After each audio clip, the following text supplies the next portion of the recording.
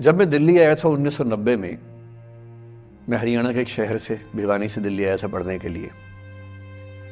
मेरे dream college में हंसराज भी एक था, पर मेरा संयुक्त से मेरा एडमिशन जाकिर हुसैन में हुआ।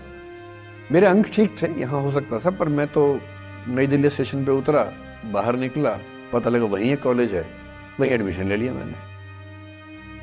तो लोगों ने कहा कि यार कैंपस बड़ा अच्छा होता है। मैंने कहा क्या फ़र्क पड़ता है, कॉलेज कॉलेज होता है, छड्डो, यही छड्डो में सिखाने आया हूँ आप लोगों को। ठीक है, स्टेशन से निकले वहीं कॉलेज है, मैंने घर जाना होगा तो आराम से कॉलेज से निकल जाएंगे, क्या रखा है कैंपस में।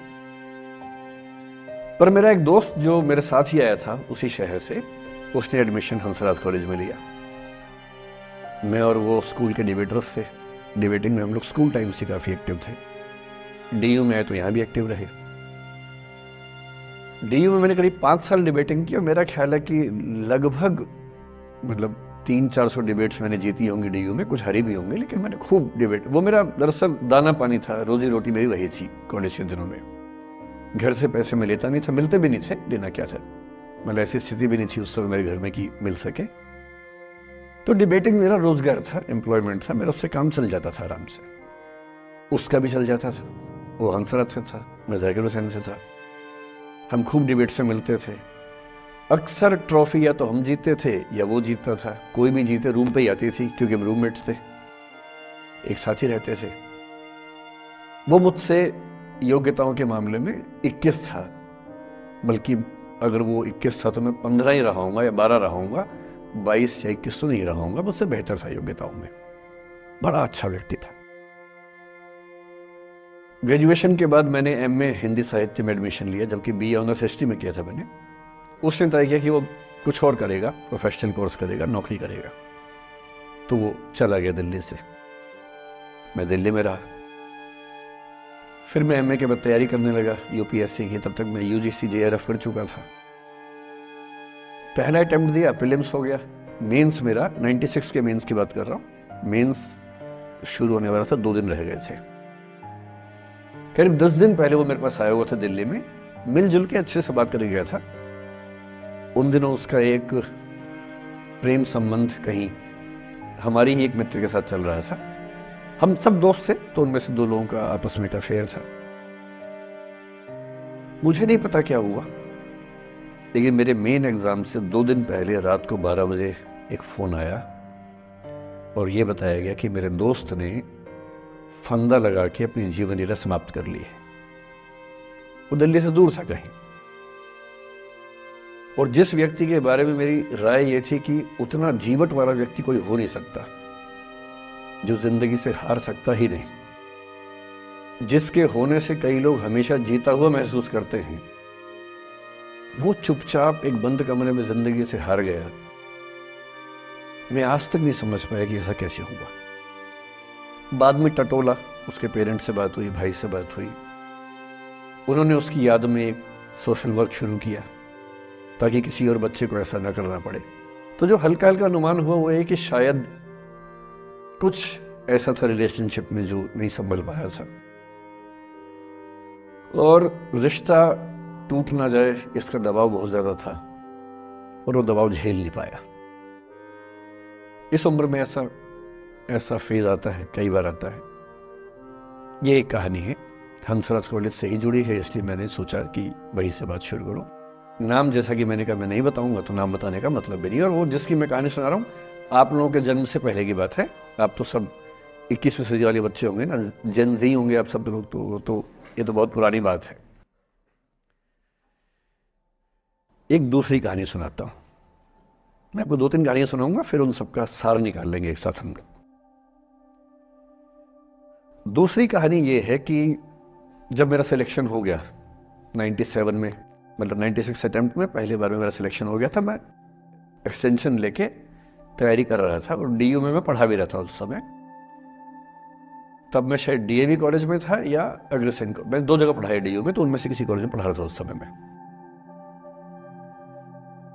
तो उस समय एक लाइब्रेरी है कैंपस में ही, सेंट्रल रेफरेंस लाइब्रेरी, आप जानते होंगे, CRL बोलते हैं, जो विवेकानंद जी की स्टैच्यू है उसके सामने ही वो लाइब्रेरी है। उस लाइब्रेरी में नीचे सब बैठ के पढ़ते हैं और टॉप फ्लोर पे रिसर्च फ्लोर है जहाँ एमफिल पीएचडी वाले बच्चे पढ़ते हैं। मैं उस समय शायद पीएचडी कर रहा था या एमफिल खत्म हुई थी, वहीं बैठता था, पढ़ता था रोज। कई दोस्त पढ़ते थे हम लोग वहाँ। हम सुबह 8 बजे लाइब्रेरी खुलते ही वहाँ घुसते थे, रात को 1 बजे निकलते थे लाइब्रेरी बंद होने के समय। तो वहाँ एक छत थी, छत पे छोटी सी कैंटीन थी जहाँ हम लोग जब जब बोर होते थे दिन में 3-4 बार जाके चाय पीते थे। चाय पी ली, बिस्किट खा लिया, थोड़ी गप्पे मार ली, वो सब वहाँ करते थे।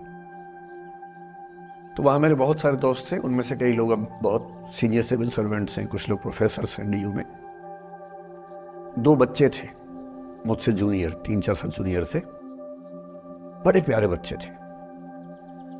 मुझे उस समय तक पढ़ाई लिखाई का शौक अच्छा खासा हो गया था, तो वो रोज मेरे साथ बैठते थे केवल बात करने के लिए। किसी मुद्दे पर बहस करनी है तो बहस होती थी, समझते थे।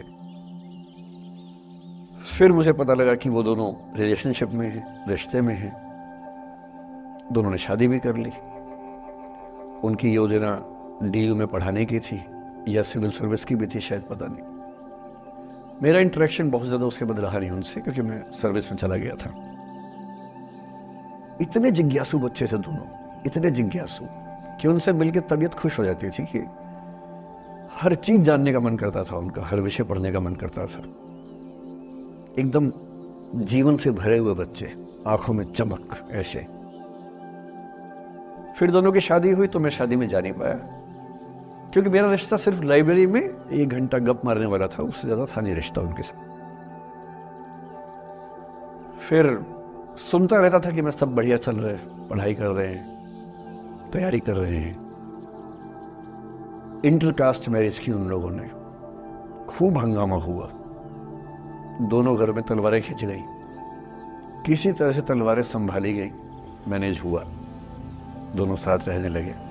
और फिर 3-4 साल के बाद एक दिन मैंने खबर सुनी कि उस बच्ची ने फंदा लगा के जीवन लीला समाप्त कर ली। ये बात भी दिल्ली विश्वविद्यालय की है। उस दौर के सब लोग इस कहानी को जानते हैं। मेरे ख्याल से दोनों कहानी आपकी प्रिंसिपल मैडम जानती होंगी, नहीं ध्यान कर पाएंगे तो मैं उनको जैसे नाम बोलूंगा अकेले में वो तुरंत समझ जाएंगे मैं किसकी बात कर रहा हूँ। मैं आज तक नहीं समझ पाया कि ऐसा क्या हुआ होगा।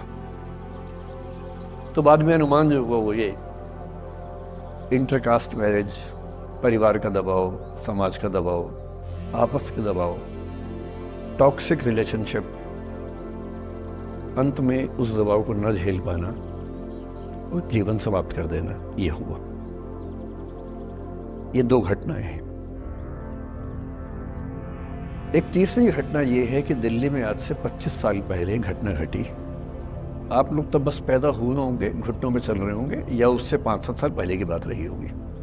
ये घटना दिल्ली के सब सीनियर लोग जानते हैं, जिनकी उम्र 35-40 साल है वो सब जानते हैं इस घटना को। मोबाइल फोन में वीडियो नया नया आया था उस समय। अब तो आपके हर फोन में वीडियो है, अब तो सामने भी है, ताकि आप वैसा वाला मुंह बना के सेल्फी खिंचवा सके। पाउट बोलते हैं ना, मैं उसको देसी भाषा में सूअर जैसा मुंह बोलता हूँ, और वैसा ही बनता भी है, क्यूट क्यूट सा सूअर जैसा मुंह बना के लोग सेल्फी खिंचवाते हैं, उसको बोलते हैं पाउट। तब तो कैमरा फोन में पहली बार आया था, तब लोग अभ्यस्त नहीं थे। अब जैसे आप लोग कितने अभ्यस्त होंगे, हम भी होने लग गए। अब हम किसी से बात करते हैं तो हम ये एज्यूम करके चलते हैं कि उसने फोन में कुछ ना कुछ ऑन कर रखा होगा, या तो आवाज रिकॉर्ड करेगा या वीडियो बनाएगा। तुम कितने केयरफुल होकर बोलते हैं, कितने कॉन्शियस रहते हैं।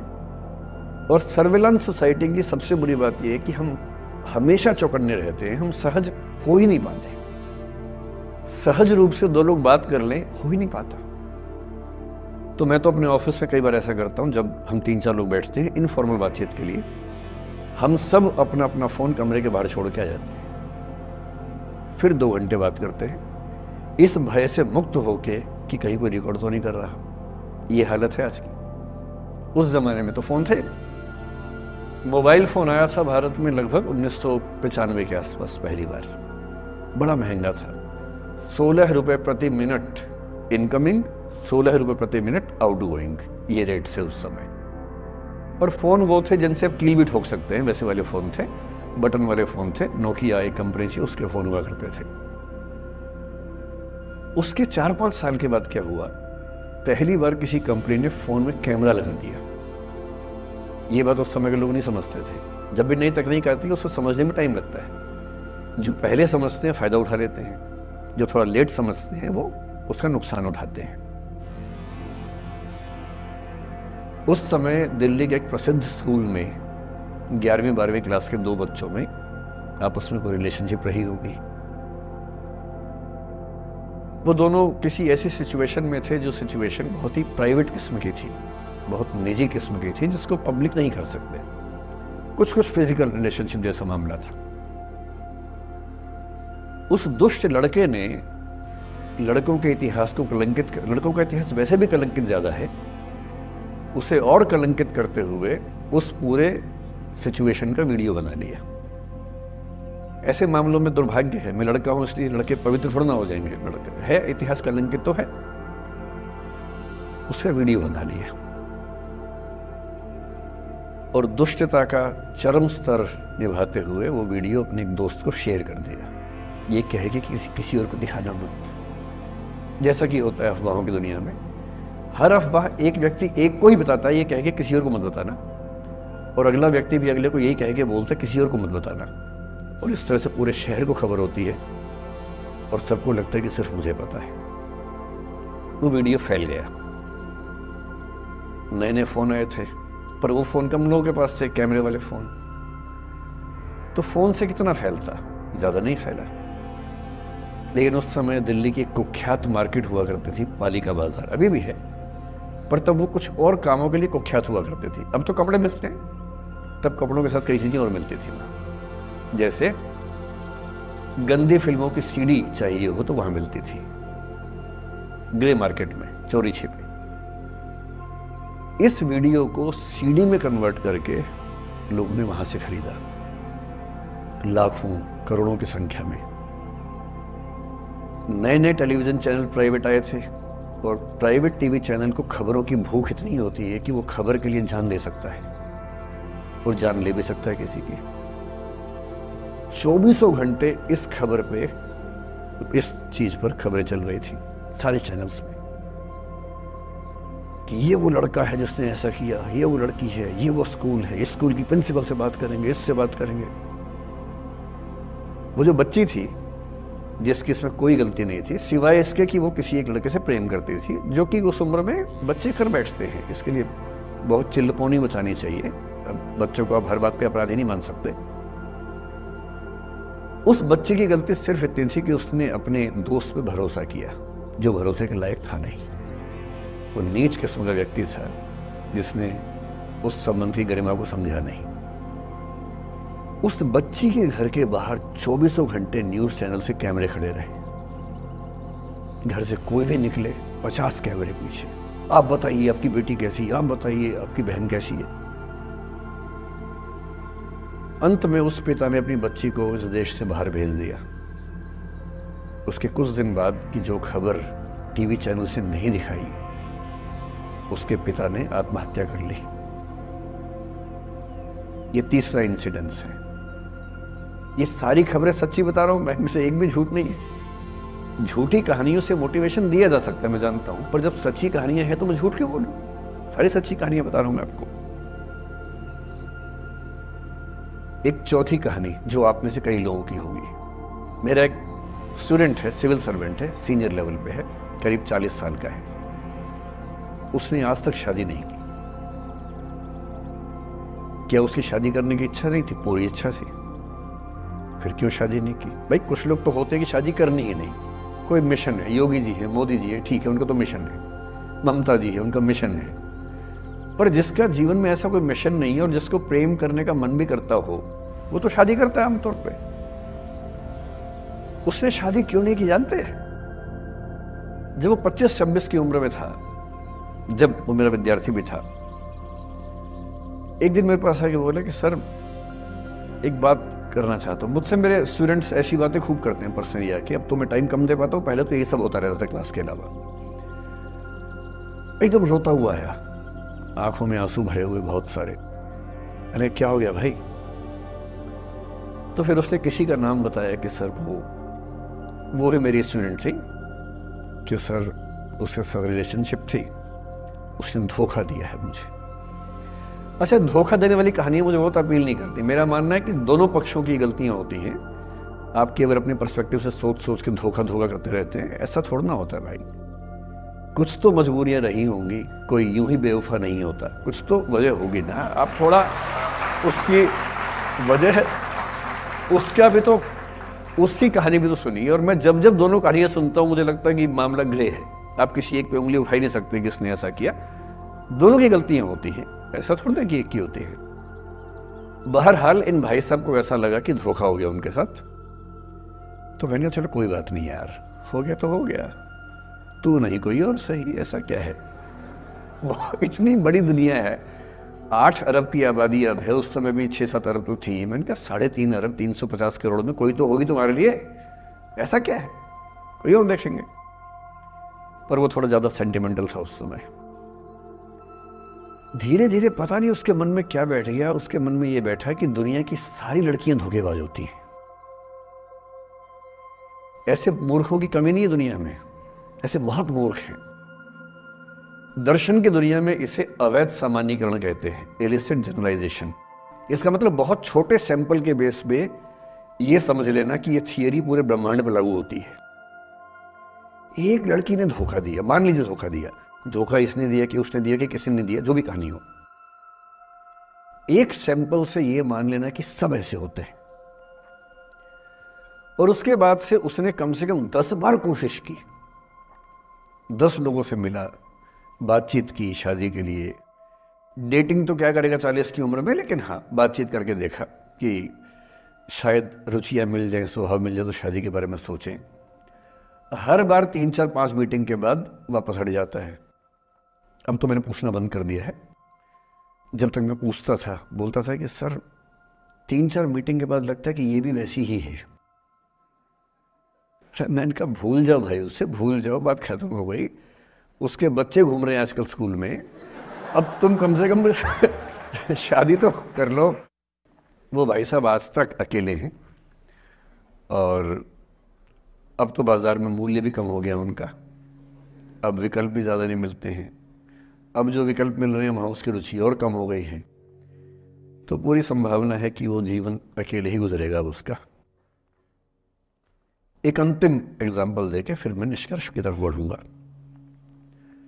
मैं एक आईएएस ऑफिसर को जानता हूं, 2 आईपीएस को जानता हूं, बहुत योग्य लोग, देश के सबसे अच्छे संस्थाओं से पढ़े हुए लोग, प्रॉपर आईएएस प्रॉपर आईपीएस में नौकरी करने वाले लोग, और इन तीनों ने अपना जीवन समाप्त कर लिया नौकरी में रहते हुए। क्यों? क्योंकि नौकरी और घरेलू जो दुविधाएं थी उनको झेल नहीं पा रहे थे, ना झेल पा रहे थे, ना भूल पा रहे थे।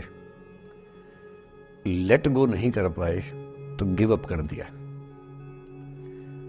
और इसलिए मुझे अक्सर लगता है कि जितनी चीजें हम सिखाते हैं बच्चों को, हिस्ट्री, इकोनॉमिक्स, लिटरेचर, वो सब ठीक है, उनका भी महत्व है। शायद उससे ज्यादा महत्व इस चीज का है कि ये समझे कि अपने इमोशंस को कैसे मैनेज करना है। जब जीवन में ऐसा लगे कि सब खत्म हो गया है, जब जीवन में लगे कि बहुत टॉक्सिक किस्म की लाइफ हो गई है, उससे बाहर कैसे निकलें, शायद ये सबसे महत्वपूर्ण लेसन होता है जो हम सबको सीखना चाहिए। मैंने कहीं से सीखा नहीं है, ना मैंने ऐसी किताबें पढ़ी हैं। हालांकि मैंने 2 किताबें मंगवाई हैं पिछले हफ्ते, पढ़ी नहीं है अभी तक, तो मैं किताबों के बेस पे नहीं जानता कैसे सीखते हैं, लेकिन जिंदगी से तुम सीख सकते हैं। इन कहानियों का सबका एक ही सार है, वजह अलग अलग है। एक व्यक्ति ने इसलिए अपना जीवन समाप्त किया कि वो रिश्ता उसके हाथ से छूट रहा था। एक ने इसलिए जीवन समाप्त किया कि ये रिश्ता बन गया था, पर समाज के दबाव, घर के दबाव मैनेज नहीं कर पाए। एक ने जिंदगी भर शादी नहीं की सिर्फ इसलिए कि वो पुरानी यादों को भूल नहीं पाया। अरे एक बार गलती हो गई तो हो गई, आगे तो संभावना जीवन में है भाई, क्यों इतना हावी रखना उस दिमाग के ऊपर। कुछ लोग देश की सबसे अच्छी नौकरी में होकर हर पैमाने पर सफलता की हर कसौटी पर खरा उतरने के बाद जीवन नहीं बचा पाए, क्योंकि दूसरों की नज़र में आप बहुत सफल हो जाए, अपनी नज़र में शून्य हो, तो फिर जीवन कैसे बने, जीवन कैसे बचे। इन सारी कहानियों का मूल भाव एक ही है, अगर आप खुद को हैंडल नहीं कर सकते तो दुनिया को क्या हैंडल करेंगे। दुनिया को हैंडल करने से पहले खुद को हैंडल करना सीखना पड़ता है, और उसका सबसे आसान जो रामबाण उपाय है उसको बोलते हैं द आर्ट ऑफ लेटिंग गो। जाने दो। वो अफसाना जिसे अंजाम तक लाना ना हो मुमकिन, उसे